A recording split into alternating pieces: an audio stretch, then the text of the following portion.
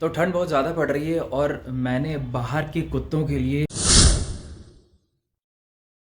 बोरे मंगवाए हुए हैं। जो भूसा होता है वो मंगवाया है और उसको सिलने के लिए सुतली धागा होता है वो मंगवाया है। तो मैं दिखाता हूँ कि मैंने कैसे उसका जुगाड़ किया है और आप लोगों से रिक्वेस्ट करता हूँ कि अगर आप लोगों के इर्द गिर्द अगर कुत्ते हैं, जानवर हैं, तो उनके बैठने के लिए हमें ये काम करना चाहिए।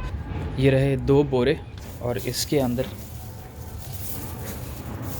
ये भूसा भर रखा है मैंने। मेरे पास एक्चुअली 4 बोरे थे, 2 मैंने इसमें भर के रखे हुए हैं, भूसे से भर के रखा हुआ है, और बाकी के 2 जो बोरे थे उनको मैंने ऑलरेडी ऐसे ही बिछा दिया था कुत्तों के लिए।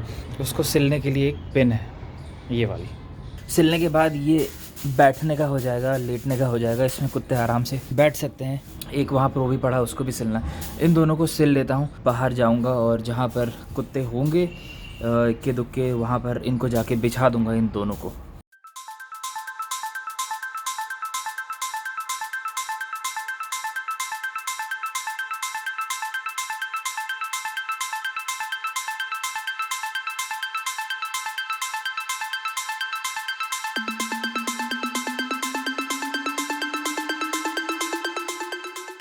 हाँ, तो ये पहली बोरी बन के तैयार होगी। तो ऐसे बनेगी, इधर से सिल देंगे तो यहाँ से निकलेगा नहीं और कोई इसको बहुत ज़्यादा खींचातानी करके निकाल नहीं सकता। ये अच्छा बैठने के लिए तैयार हो गया, बढ़िया हो गया। चलो आज इसमें बैठिए, इसमें बैठिए, क्या है इसमें। इसको भी मैं इसी तरीके से सिलूँगा।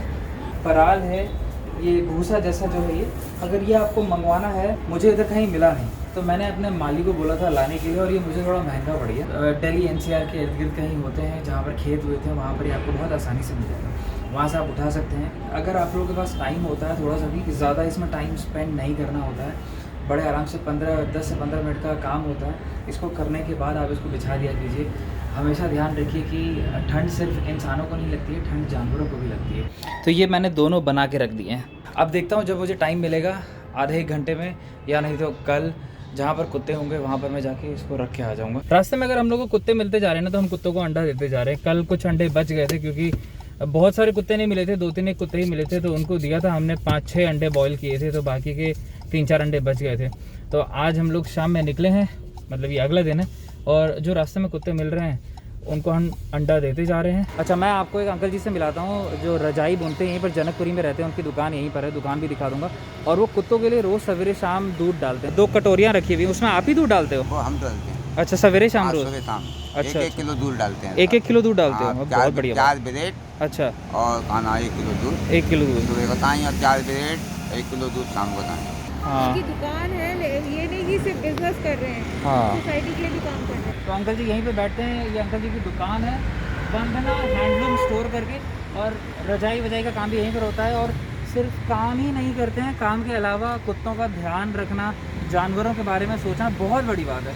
अंकल जी बहुत अच्छा लगा। और मैं एक बार आप लोगों को दिखा देता हूँ कि ये शेड में कुत्ते कैसे बैठे हुए हैं और अंकल जी ने कैसे ध्यान रखा हुआ है। ये एक कुत्ता यहाँ पर है, एक कुत्ता यहाँ पर है, ये दोनों यहाँ पर बैठे हुए रहते हैं। ये शेड है, अंकल जी की दुकान के बगल में ही है। जो बची कुची रुई होती है और कपड़ा वपड़ा होता है यहाँ पर बिछा दिया है इनको बैठाने के लिए। ये यहाँ पर कटोरियाँ रखी हुई हैं, 2 कटोरी, इसी में दूध 1-1 किलो दूध हमेशा डालते हैं। अभी मैं एक जगह रुका हुआ हूँ, मैं इधर जनकपुरी के आसपास में ही हूँ। कुत्तों को देख रहा हूँ कि कहीं 2-4 कुत्ते मिल जाए। मुझे बेड रखने की जगह नहीं मिल रही है। वो एक कुत्ता उधर बैठा हुआ है, ये तो भौंक रहा।